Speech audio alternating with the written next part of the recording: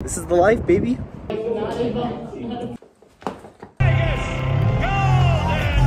A story of how I ended up becoming a resident physician. All right, Jesus. Welcome back, vlog. It's week 4 of my endocrinology block, and it's also my last week of freedom. I'll explain why later, but for now, I need to get to the clinic. All right, guys, make sure to keep the house safe while I'm gone. Fit check of the day. Let's go to work.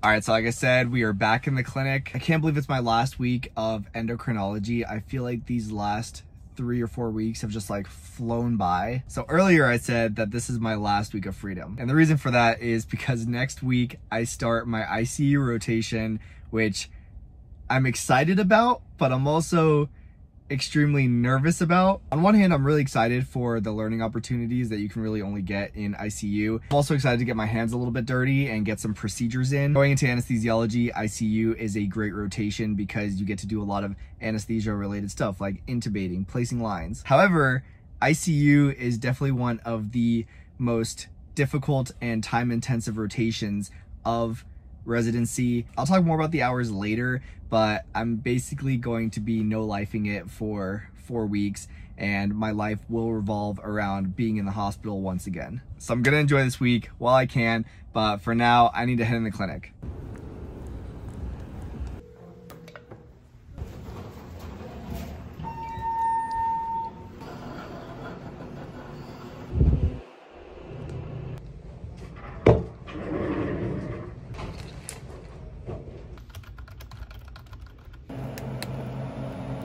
I had a little bit of a gap between patients, so I ran to the GME to grab a quick snack. He never liked wine, so he wasn't sure if maybe she just says cheap wine.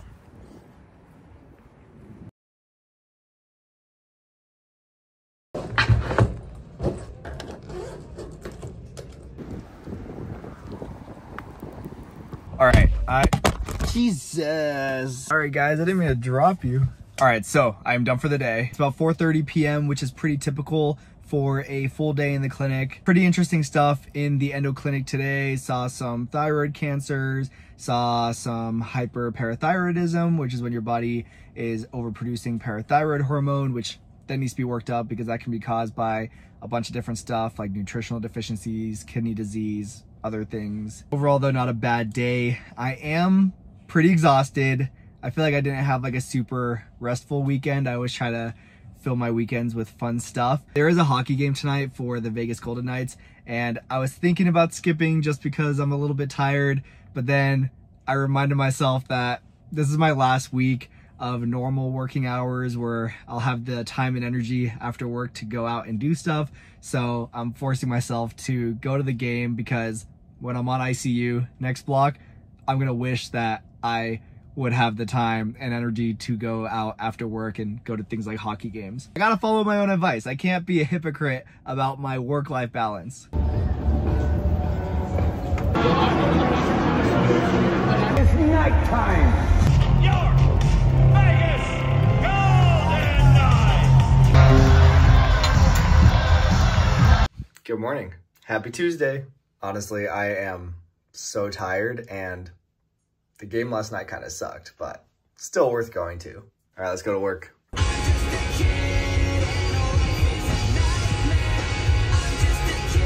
Today is just a half day. Let's get to work.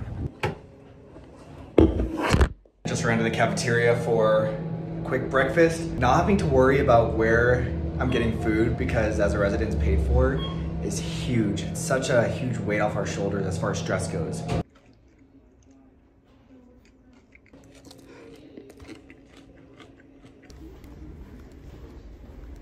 All done. When you're in residency, you look for the little things in life, the little wins, and today's win is that they were catering Thai food. Free breakfast, free lunch. This is the life, baby. Like I said earlier, today was just a half day, so I have the entire rest of my day to myself, which is incredible. And I'm gonna try to enjoy it since it's my last half day, I believe. I think I'm gonna go for a run since I haven't ran since my half marathon, and then just spend the rest of the day enjoying myself and relaxing. Nearly hit a 10K for my first run back, which it's not bad.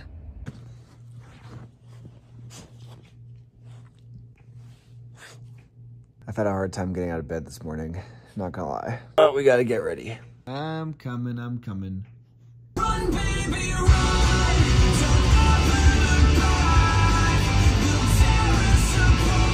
All right, I'm back at the clinic. Today is a long day, but hopefully it doesn't feel like a long day. I am doing something fun tonight though, which I'll tell you guys more about when I get off of work. Let's have a good day.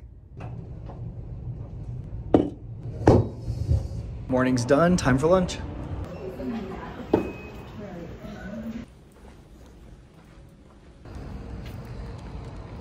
All right, so it's about 5 o'clock and I'm done with clinic for the day. Not too bad, just normal outpatient clinic stuff.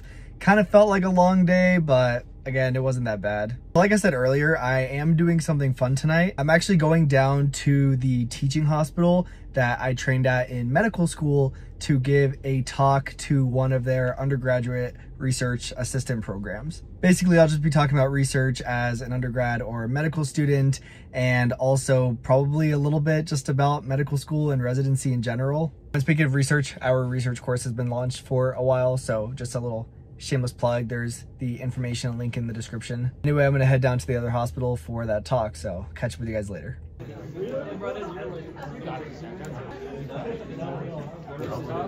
Okay, so I just got done with my talk and look at this. They made me banana bread. Good morning. Happy Thursday. So close to the weekend.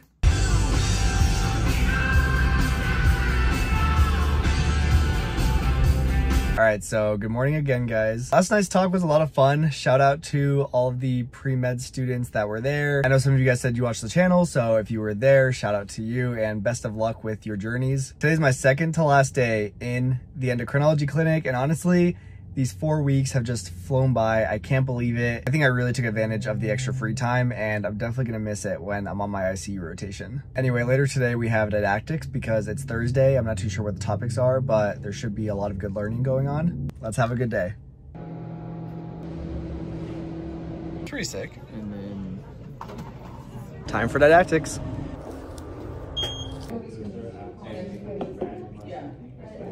How you doing? Living. 2 more days of medicine. 2 more days of medicine.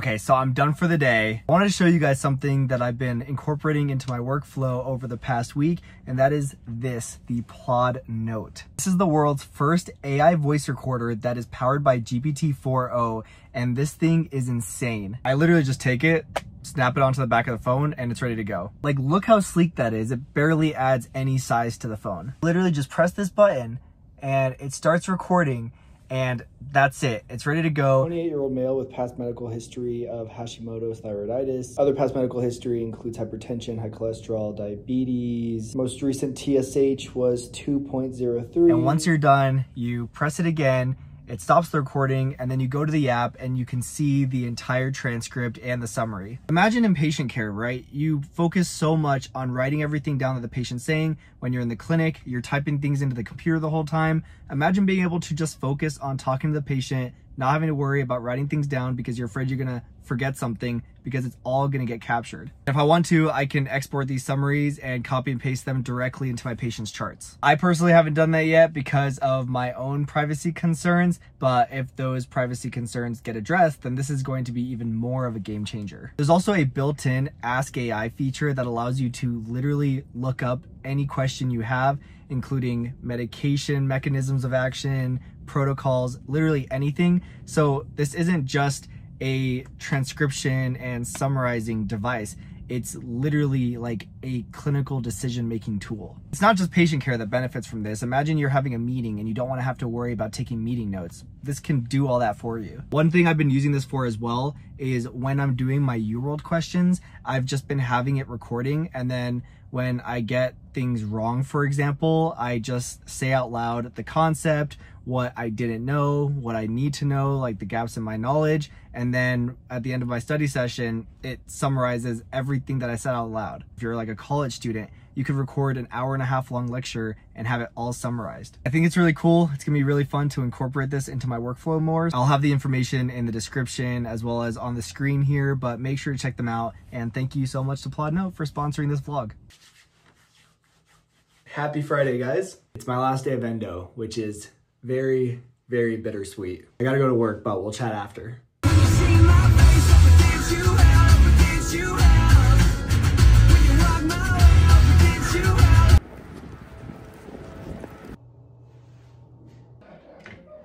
All right, guys, so I am officially done with my last day of my endocrinology rotation. Like I said, it's bittersweet because one, I actually did enjoy it.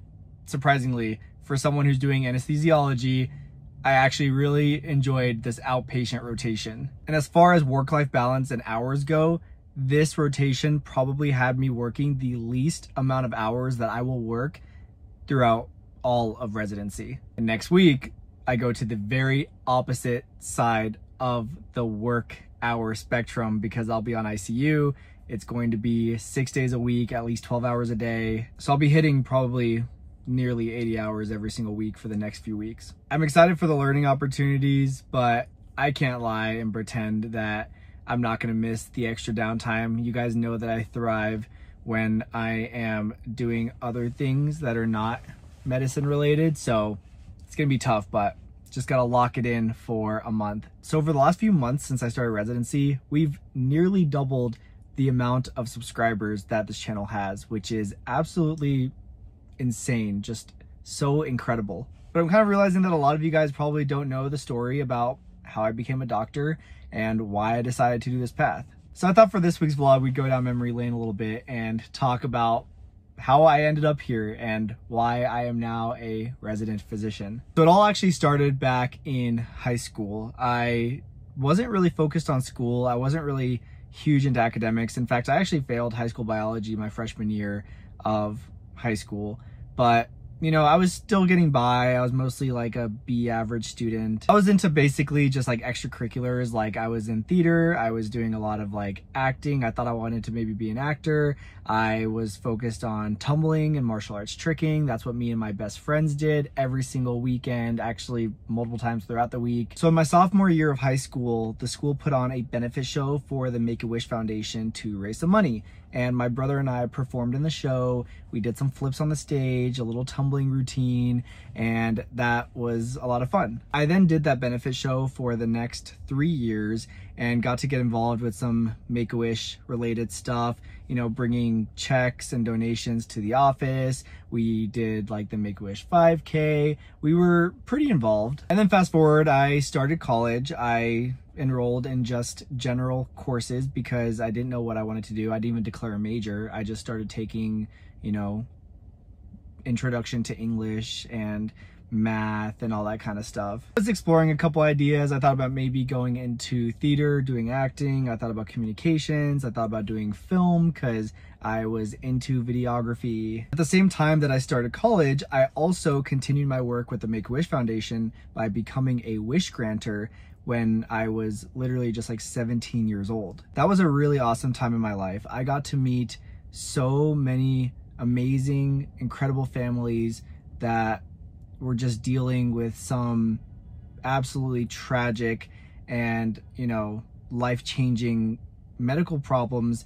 And as a wish granter, you know, I got to at least do a little bit of something to try to bring them some positivity and fun times amongst all the stuff that was going on in their lives. I did that throughout college, and sometime at the end of my first year of college, you know, after hearing about all these, you know, kids doctors and everything, I had the idea about maybe going to medical school. However, I was pretty discouraged from doing it by the pre-med advisor at the time, just because I didn't really have any background suggesting that I would go down that route.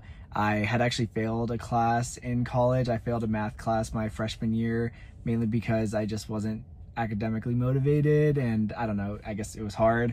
And so he kind of discouraged me from doing it, so I explored other things. I ended up joining this group called All Wheel Sports, which is like a stunt circus performance show group. Some of you guys might have seen them on America's Got Talent back in like, oh gosh, 2011, 2010 maybe. And I managed to get recruited by them to go and do shows on the East Coast. So I would finish my classes during the semester, get on a plane, live on the East Coast for a few months, perform in shows. I did tumbling and tricking, a little bit of trampoline stuff. That was honestly one of the greatest times of my entire life. Loved it.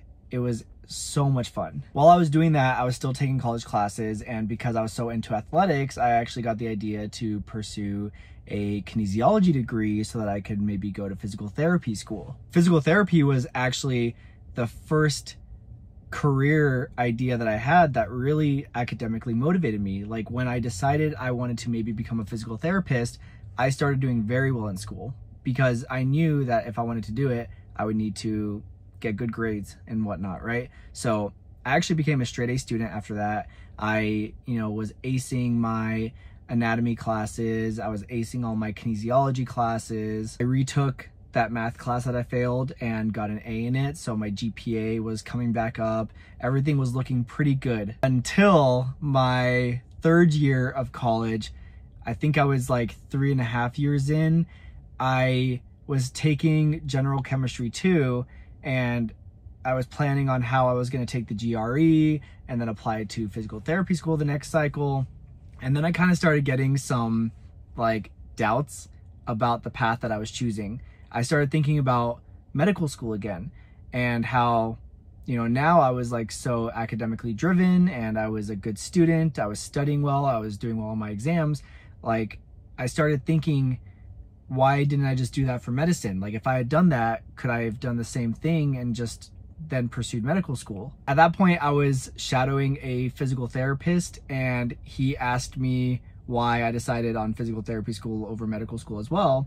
And he told me that he actually wanted to go to medical school and chose physical therapy school himself because it was a little bit of a shorter path. But now that he was like in his late 30s and done with all that, and he had his own practice for several years, he was thinking how if he had gone to medical school, he would have been done already and had been doing what he had actually wanted to do. And that really resonated with me because I'm like, I'm gonna be 35 one day. I don't want to look back and regret the choices I made because I chose something quicker or I doubted myself in the moment back then. And then I also got really good advice from a friend of mine that was like, just try to get into medical school, see how it goes, do everything you think you need to do to get in. And if you get in, then you can decide if you want to go to medical school. And if you don't get in, then maybe that's your sign that it wasn't for you or you weren't motivated enough to do it. So I took that advice to heart, and in the spring semester of my third year of college, I had enrolled in organic chemistry, physics. I started scribing for Scribe America in the emergency room. I started doing biomechanics research with one of my kinesiology professors. It was a huge culture shock for me, going from one semester where I was kinesiology pre-physical therapy to the next semester where now I'm doing all these like pre-med courses, organic chemistry, physics, biomechanics labs. I had to go back and take general biology 1 and 2. And now I'm starting a whole new job in the medical field, which I've never worked in before, and doing research. It was a lot to take on at once. And I kind of just made that deal with myself that if I really wanted to do medical school and I was so motivated to do it, that I should be able to push through this and I should be able to do well. And if I don't, then that was like a reflection of my actual motivation and my actual desire to do medicine or to not do medicine. So 2018 was an absolute grind for me. That entire year, I've kind of just like blocked it out because it was just one of the grindiest years of my entire education. But I ended up doing pretty well. I aced OChem, I aced physics, I aced my other courses. I did a full-time summer school load that year as well, just so I could catch up on all the pre-med classes, like the biology stuff that I hadn't done in my kinesiology degree, and things were going well.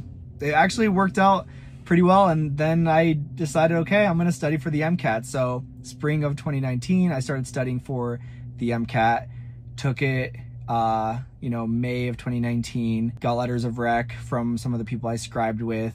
I scribed for a psychiatrist who's actually a PD at my program here now, so that's a full circle thing. And then, from some of the ER providers I scribed for, applied to medical school. I started going on interviews, which is when I started my YouTube channel, was actually during my first medical school interview, because I was sitting in my hotel room thinking, wow, I had to go through a lot just to get here. I wish I could share some of my advice and experience with other people. And so I just started cringily filming myself in my hotel room, and that was literally the start of this YouTube channel. You guys could go back to my first videos on the channel and you're gonna see those vlogs.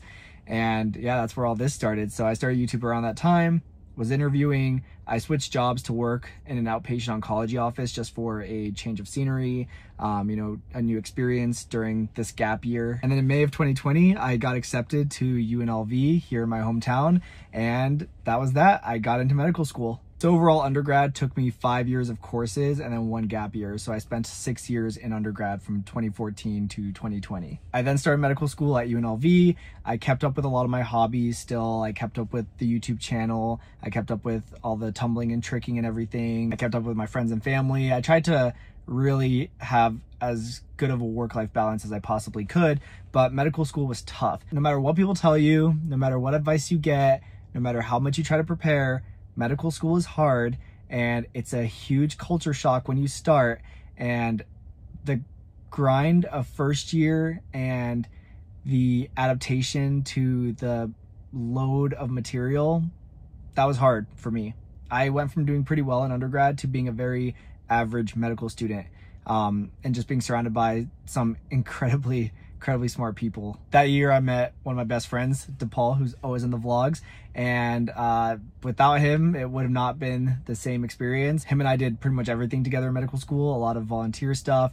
We did all of our research together. We started a peer mentorship research collective. We started a research course. We went on trips together. It was a great time. I pushed and pushed and managed to get through just fine. Throughout that time, I didn't know exactly what I wanted to specialize in. I was thinking actually pediatrics because of my experience with Make-A-Wish. I was thinking about emergency medicine because of my scribing experience. I thought about oncology because of my oncology experience. Ultimately, I knew that I wanted to do something that was procedure based, but I didn't love the surgery lifestyle. And then I managed to lock in a 4th year anesthesiology rotation. The program I did my first anesthesia rotation and sub-I with is actually at the hospital I'm at right now doing my endocrinology rotation, and they really sold me on anesthesia.